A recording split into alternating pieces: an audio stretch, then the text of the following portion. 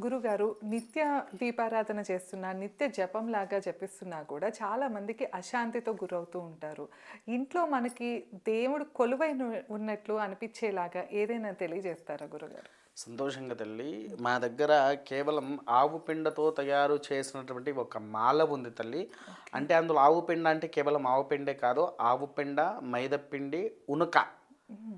గడ్డితో మేము చేస్తాం కదా ఉనుక. హ్మ్. వాటితో మేము పూసలు తయారు చేసి వాటిని పెట్టేసేసి వాటితోనే జప సాధన అనేది చేస్తూ ఉంటాము తల్లి. కాకపోతే ఏంటి అనంటే దీన్ని తడవకుండా చూసుకోవాలి మనం. ఓకే. ఇది తడిచింది అనంటే మనకు పనిచేయదు తల్లి. కేవలం మన ఇంట్లో భగవంతుడు ఉన్నాడు అని నిరూపించుకోవడానికి కూడా ఇది ఒక ఆయుధంలాగా పనిచేస్తుంది. దీంతో మీరు కనీసము ఈ 108 పూసలతోని శివనామస్మరణ చేసుకుంటూ ఓం నమ శివాయ, నమ శివాయ, నమ శివాయ, నమ శివాయ, నమ శివాయ అని ఇలా దీన్ని తిప్పుతూ ఉంటే ఆ ఆర భగవంతుని యొక్క ఆర అనేది మనకు స్పష్టంగా కనిపిస్తుంది తల్లి. సో మనలో మెడలో అయితే ధరించకూడదంట.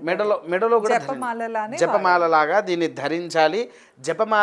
జపమాల కిందనే పెట్టుకోవాలి. మెడలో ధరించకూడదు. ఎందుకనంటే ఇది ఆవు పెండ నీళ్ళలో కలిస్తే ఏమవుతుంది తల్లి, మెల్ట్ అయిపోతుంది. ఈ మెల్ట్ అయిపోతుంది కాబట్టి తర్వాత మైదాపిండి కూడా నీళ్ళలో తడిస్తే మెల్ట్ అయిపోతుంది. అందుకోసం ఏంటంటే వీటిని నీళ్ళల్లో తడవకుండా దీన్ని కేవలము భగవంతుని నామస్మరణ చేసుకోవడానికి కోసం వాడితే మీలో అమోఘమైనటువంటి శక్తి మనకు ఈ మాల అనేది ఇస్తుంది తల్లి. అందరూ ఏదో ఈ కరుంగలి మాల అవి ఇవి వేసుకుంటుంటారు. వాటి బదులు దీని ఒక్కసారి వాడి చూడండి, దీని శక్తి మీకే అర్థమవుతుంది.